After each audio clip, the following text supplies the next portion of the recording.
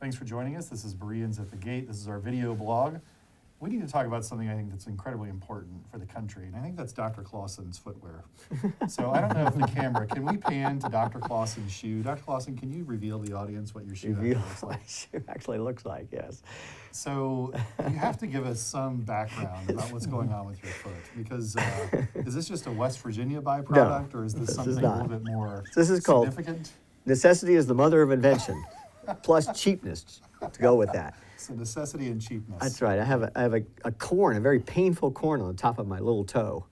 So I thought, I don't want to buy sandals. I'm going to cut out a pair of my old dress shoes and use one of those.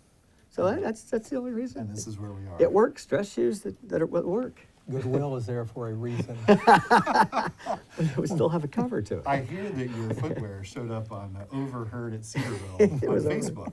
It was overheard and overseen. Perfectly segues to our next topic, which is Facebook. Mark Zuckerberg testified before Congress, and it was a bit of a to-do. And so of the four of us, I think, do three of us use Facebook?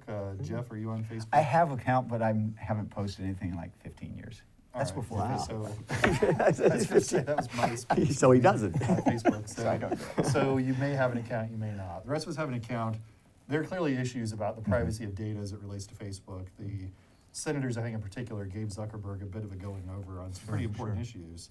So, I mean, Mark, let's start off with you. What do you think about the elements of privacy as it connects to Facebook? Is this a constitutional issue? Is this a legal issue? Is this maybe a market issue where really we should allow people to just make their own choices? Yeah, well, here's the problem you face right now. When you sign on to Facebook, you sign on to the data being used.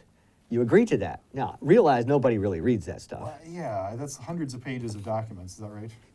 Well, maybe not hundreds, but I don't know. I've read it.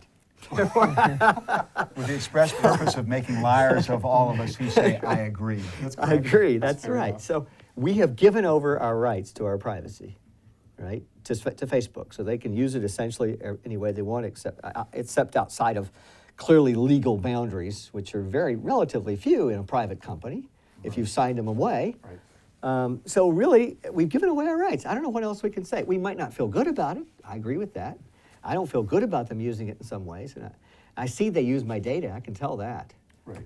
from Facebook because something shows up somewhere else immediately almost. Yeah. But I can't really complain a whole lot. Yeah. I don't think it's a legal issue. Bert, do you think we're overblowing this Facebook stuff? I mean, I think a lot of people are concerned about it as it connects to elections and news that flows through Well, Facebook. I think that we really won't care until it hits our pocketbooks individually. I don't think people are really going to care on a theoretical, ethical kind of a level.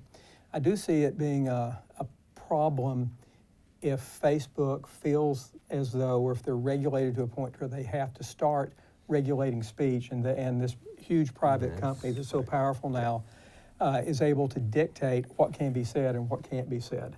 I think there's some problems there, and I see that as being an overall cultural issue now, where we're losing the ability to have intelligent debate in the public square. Yeah. I think this is tied to that to some extent. Yeah, no question. They seem to have been doing that, suppressing certain kinds of To a certain of extent, it looks like publications. Twitter also, they are to Yeah. a certain Twitter extent. even more so. But again, here's the problem. It's a private company. They have the right to do that if they want to, but they don't have the moral, I don't think, right to do it. But moral is not the same thing as legal. And Jeff, So- we would normally, we're sort of free market driven kind of people around here. We would normally just say, you know what, if people have a big enough problem with it, then a competitor will emerge. And people will gravitate toward that. They'll handle the data better. Is this an unusual situation though? Facebook is awfully massive. It's very powerful. Can we reasonably expect a competitor just to jump in to kind of deal with this through the market-driven process, or do you think this is more suited toward government regulation? Well, part of your premise, we're supporting free markets. Part of my at least support for free markets is because I consider the alternative, which is worse. Yeah. So part of it on this particular case is, are we likely to get a better result with a regulatory approach with the government involved? When you start getting the politics involved in the regulation, are you likely to get a worse result? Yeah. That's the real fear in my mind. So That's I would important. probably leave it alone for now and hope something else would come out of it. There are some alternative platforms that are Yeah, beginning there to are. emerge. Sure. And that's one of the reasons I'm not on it. And there is a constitutional issue there too. If the government begins to regulate Facebook in such a way that it forces it to regulate speech Right. in certain ways, then we have a constitutional issue. Yeah. Okay. So- Thanks a lot, gentlemen, and thank you for watching.